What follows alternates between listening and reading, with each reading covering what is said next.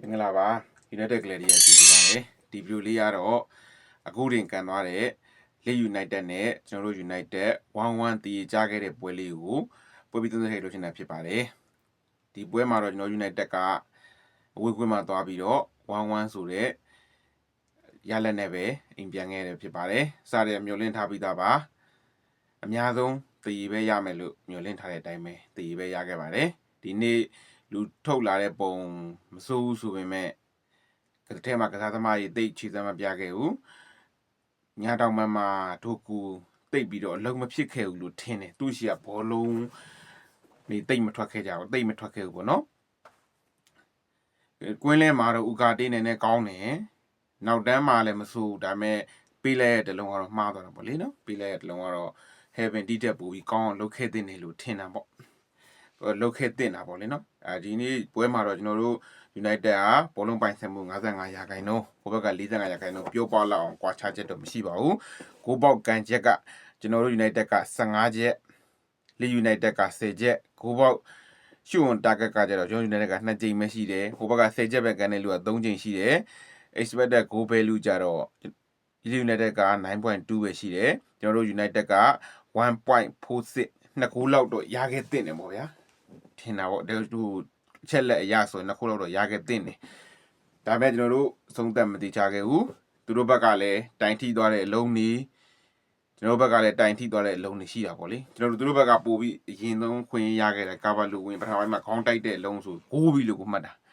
တိုင်ထိပြီးထွက်သွားအမလီအဲ့လုံးရင်တုံတုံနဲ့ကြီးလဲရတာပေါ့လေ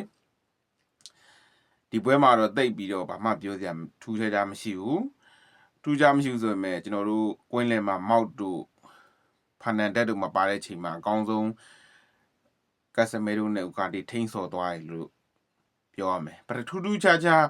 ကက်စမဲရိုပထမပိုင်းမှာကက်စမဲရိုထက်ဥကာတီကပို့ပြီးတော့ကောင်းတယ်လို့ခံစားရတယ်ပေါ့နော်ဘာလို့ကက်စမဲရိုပြီးတဲ့အလုံးတွေကြာကျွန်တော်ကြည့်နေတာပြီးတဲ့အလုံးတွေမရောက်တာတွေရောလွဲတာတွေရောလူတက်တက်ကြီးပြီးတာတွေရောဘလို့ပြီးနေလဲမသိပထမပိုင်းမှာတော့ပြောရမှာနော်ဒုတိယပိုင်းတော့မစိုးပါဘူးဖြတ်တိုင်ပိုင်းကောင်းပါတယ်ဒါမှမဟုတ်တကယ်ပေးတာကိုလူလျှော့ရှိပေးတယ်ဆိုလဲဖြတ်ပေးရလဲမရောက်ဘူးလမ်းတစ်ဝက်တင်ပြက်ကြအဲ့လိုမျိုးပဲဒိုကူဆိုလို့ရှင်လဲဘာအဓိပ္ပာယ်မရှိတဲ့လုံးတွေဖြတ်ပေးနေဘလို့ဘာကိုပေးချင်တာလဲဘယ်ကိုပေးချင်တာလဲရွေချက်ကလည်းမရှိအဲ့လိုမျိုးဒီနေ့ပွဲကတော့ကျွန်တော်ကဂိုးရစေချင်တာစစ်စကိုဂိုးရစေချင်တယ်သူစိတ်တက်ကြသွားမှာဆိုလို့ဆိုပြီးတော့ကျွန်တော်ထင်တာဒါပေမဲ့သူကလည်းပိုင်ရတဲ့လုံးတွေဂိုးလည်းမကြည့်ဂိုးလည်းမတည့်သူဟိုကုညာဖြက်ချိုးပြလိုက်တဲ့လုံးဆိုလို့ရှိရင်သူ့ဘာသူတကယ်ကိုဟိုဟာဖြစ်ခဲ့တိုက်စမှုဆိုလို့ရှိရင်ဂိုးရမယ်လုံးအဲ့လုံးဆိုလို့ရှိရင်ကန်ထည့်တဲ့ဂိုးနဲ့တလန်လောက်တောင်กว่าကိုမှဖန်တီးနိုင်စွမ်းရှိတဲ့ကစားသမားတိတ်မရှိလို့ရတဲ့ခွင့်ကြီးလေးအသုံးချနိုင်လားဆိုတော့ရတဲ့ခွင့်ကြီးလည်းသုံးမချနိုင်ကုညာကတော့ယုံတာပေါ့ဗျပွဲတိုင်းယုံတာပေါ့ဒါကတော့ပြောစရာမလိုကုညာတော့ယုံတယ်ကုညာကန်လိုက်တဲ့အလုံးတစ်လုံးလဲတိုင်ထိသွားတာအဲ့လိုတော့နင်းတာ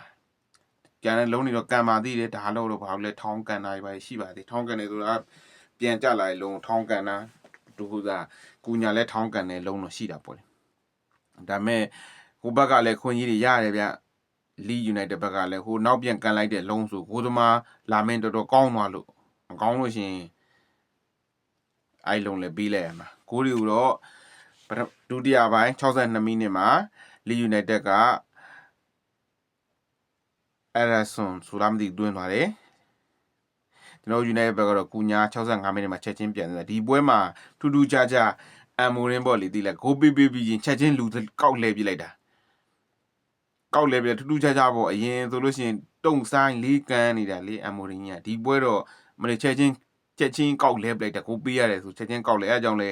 တကူပြန်လို့ထင်တယ်စီစီဒီနေ့နောက်မှချိတ်ဆက်ပေးသွားလေမစိုးကောင်းတယ်လို့ပြောမှာပေါ့ဆိုရထိုင်ဘူဒီတက်ပိုကောင်းမလားကျွန်တော်တို့ခွင့်ရပူရမလားဒါတော့မျှော်လင့်တာပေါ့လေဒီဟိုဖြစ်ရကြမှာလည်းရမှာပေါ့သူဝင်လာအချိန်မှာကောင်းဆုံးတော့လှုပ်သွားခဲ့တယ်ကျွန်တော်တို့ကုညာတကူပြန်ရခဲ့တယ်ပေါ့ဗျာစီစီကအစ်စ်ပေါ့ကဲ2026ခုနှစ်အစဆုံးပွဲမှာပထမဆုံးပွဲမှာကျွန်တော် United ကတော့တည်နေပဲကြီးနေခဲ့ရပါတယ်ကျွန်တော်ခံမှန်းတဲ့အတိုင်းပဲတည်ပဲအများဆုံးတည်ပဲမျိုးတည်ပဲကျင်းနေခဲ့ပါတယ်မရှုံးသွားခဲ့ရလဲပြန်ကောင်းပါဗျာအခုလောလောဆယ်တော့31မှတ်နဲ့ ချက်စီမကန်ခင်မှာချက်စီရဲ့အပေါ်အဆင့်9ကိုတော့ရောက်နေရပါဗျာချက်စီကမန်စီးတီးနဲ့တွေ့မှာဆိုတော့ဘယ်လိုလာအောင်မဲ့တော့မသိဘူးကဲဒီဗီဒီယိုလေးကိုတော့ဒီမှာပဲဆုံးသက်ချင်ပါတယ်နောက်ဗီဒီယိုဒီမှာပြန်တွေ့ပါမယ်ဒီဗီဒီယိုလေးကိုကျွန်တော်ဒီတိုင်းလေးတင်ပါမယ်ဘာ editing မှမလုပ်တော့ပါဘူးဘာလို့ဆိုတော့ကျွန်တော်အလုပ်သွားမှာမလို့ပါတို့ရှိမှဒီမှာ12နာရီထိုးတော့မှာမလို့မနေ့ကျအလုပ်သွားမှာမလို့ဒီတိုင်းလေးပဲတင်လိုက်ပါမယ်အားလုံးကျေးဇူးတင်ပါတိခံပြီးကြည့်ပေးကြပါအားလုံးကျေးဇူးတင်ပါတယ်